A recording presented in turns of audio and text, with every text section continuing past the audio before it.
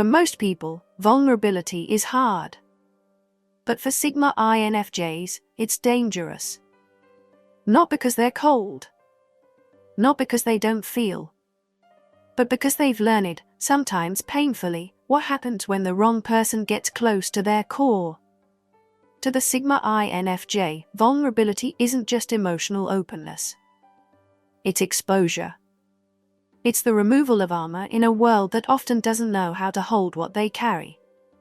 This is why they don't open up easily. Why they keep certain parts of themselves locked away. Why even the people who think they know them only ever see selected layers.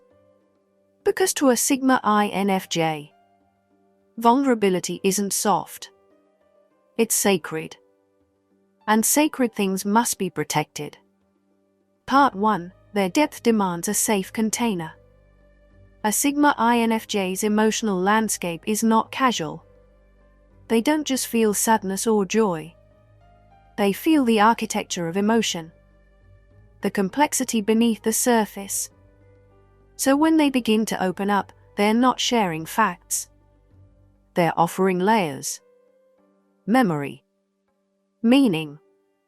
Philosophy. Pattern. Pain. This kind of self-revelation is never light for them. It requires an environment where subtlety is understood. Where silence is honored. Where responses are slow, thoughtful, and emotionally literate. If that space doesn't exist, they won't open. Not out of fear. Out of wisdom. Because they know what it costs to show up fully.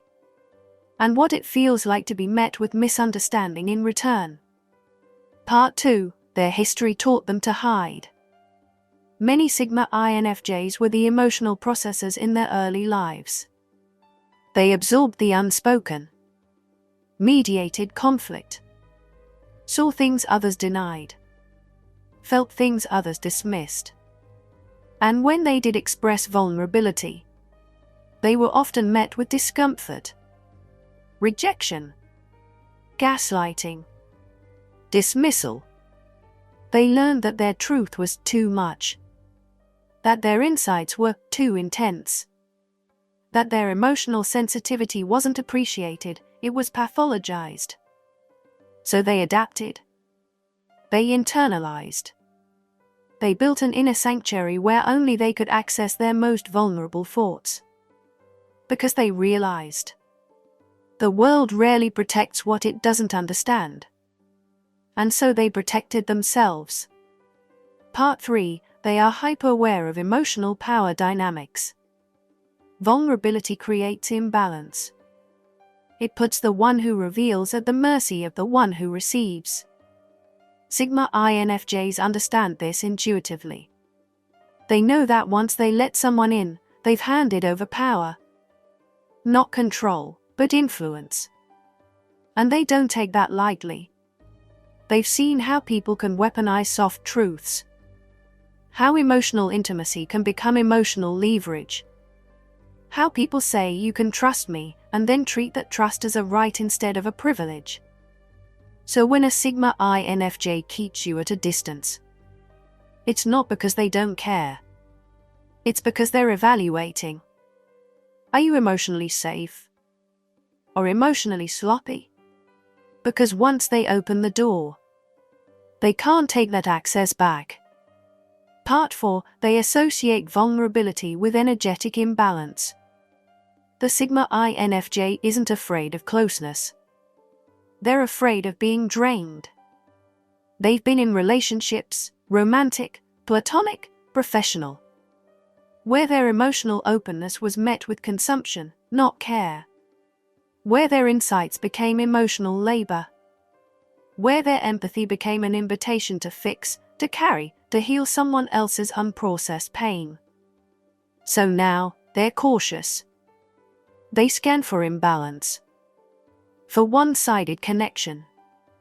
For the early signs that vulnerability will be met with expectation, not reciprocity. Because they don't want to become someone's therapist. They want to be met, not managed. Their boundaries are built on this truth. I'll go deep, but only if you know how to swim. Part 5. They fear being seen incompletely. Ironically, one of the reasons Sigma INFJs hesitate to open up is because they want to be seen, fully, not partially. And they know how rare that is. They don't want someone to hear one story and assume they know the whole person. They don't want their pain simplified. They don't want their strength misunderstood as invulnerability or their softness mistaken for weakness. So instead, they hold back. They wait.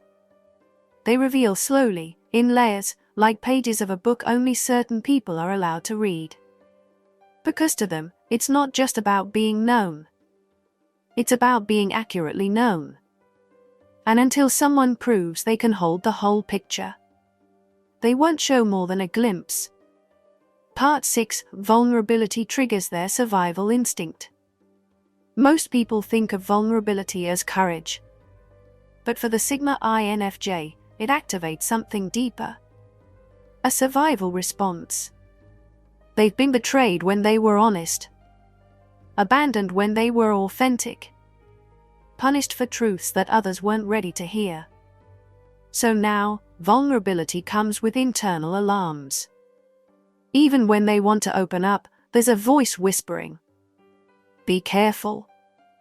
Not everyone deserves this version of you." They aren't guarded by default. They're guarded by experience. And while they may long for deep connection, they'll never trade it for their safety again. Part 7. They are masters of controlled vulnerability. When Sigma INFJs do open up, it's never random. It's calculated. Not in a manipulative way, but in a disciplined, intentional way. They might reveal something personal, but only as a test. A small insight. A soft truth. A vulnerable phrase. Then they wait. Watch. Analyze. How do you react? Do you interrupt? Do you offer depth back, or deflect with humor? Do you hold their words with care, or rush to change the subject? Based on your response, they decide. Open further, or close the door completely. They are generous, but precise. And if they sense mishandling, they never offer the deeper parts again. Part 8. Silence is often their most vulnerable act. For the Sigma INFJ, true vulnerability doesn't always look like tears or confessions. Sometimes, it's silence. Being physically present while emotionally unguarded. Allowing someone to sit with them in their rawness, without filtering, fixing, or performing. These are the rare moments when they let their guard down energetically. They don't try to impress. They don't try to protect you from their truth. They simply are. But this version of them is rarely seen. And only offered to those who feel safe without needing a spectacle. Because when a Sigma INFJ is silent, it's not always distance. Sometimes, it's trust. Part 9. Emotional safety is the key to unlocking them. If you want a Sigma INFJ to open up, don't pry. Don't rush. Don't demand access as proof of closeness. Instead, create safety. Be consistent. Be honest. Be willing to sit in silence without needing to fill it. Be able to hold a complex answer without simplifying it for your comfort. Show them that you won't shame their softness. That you won't intellectualize their emotion. That you won't use what they share against them, now or ever. Do this, and they'll open. Slowly. Powerfully. Permanently. Because when they feel emotionally safe, their vulnerability isn't a threat. It's a gift. Part 10. When they do open, it's an act of love, not need. The Sigma INFJ doesn't share their inner world because they need validation. They share it because they've chosen you. They've decided that your presence feels grounded enough steady enough, worthy enough to hold what's usually protected. So if they open up, truly, deeply, it's not a moment to take lightly. It's not casual. It's not just talking. It's sacred. Because they could have stayed quiet. They usually do. But something about you felt safe. That's rare. And if you honor it, they'll show you the parts of themselves no one else ever sees. But take it for granted. And they'll vanish, so quietly, you won't realize the door was ever open. Conclusion: to be let in is to be trusted with gold. When a Sigma INFJ opens up to you, you're not just receiving information. You're being trusted with something rare. Not because they are fragile, but because they're valuable. And valuable things require care, not consumption. So if you've been let in, be still with it. Be worthy of it. Be patient with what you don't fully understand. Because to the Sigma INFJ, vulnerability is never an accident. It's a sacred risk.